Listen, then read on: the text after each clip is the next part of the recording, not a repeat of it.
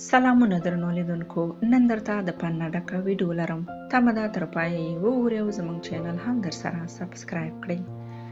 وایي دوه ملګري وو، یو یې احمد نومېده او د بل نوم وایل و.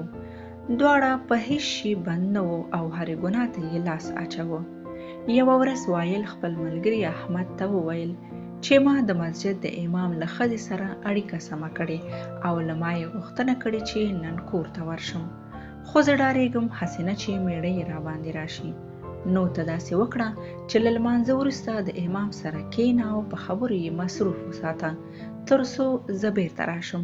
احمد همداسې وکړل، له لمانځه وروسته د امام سره کښېناست او تر ډېره وخته یې په خبرو بوخت وساته.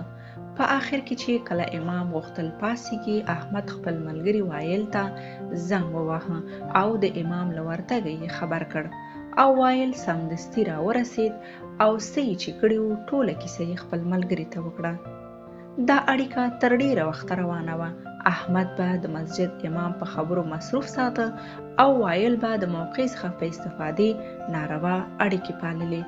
د مسجد د امام او احمد د زیات کېناستو له کبله د دواړو ترمنځ دوستي او ملګرتیا جوړه شوه، تر دې پورې چې د احمد زړه په امام وسوځېد او خپل ضمیر ته به سخت خجالت و.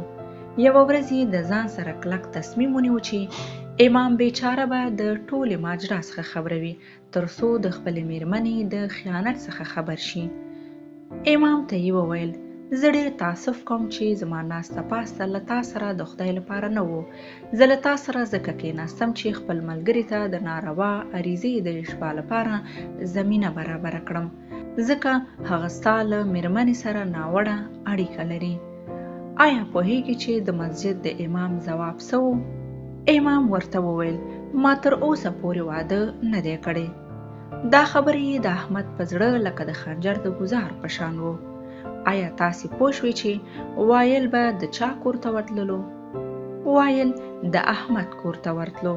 نو درنو لیدونکو، له دښمن څخه یو ځل وډار شئ او د خاین ملګري څخه زر ځله.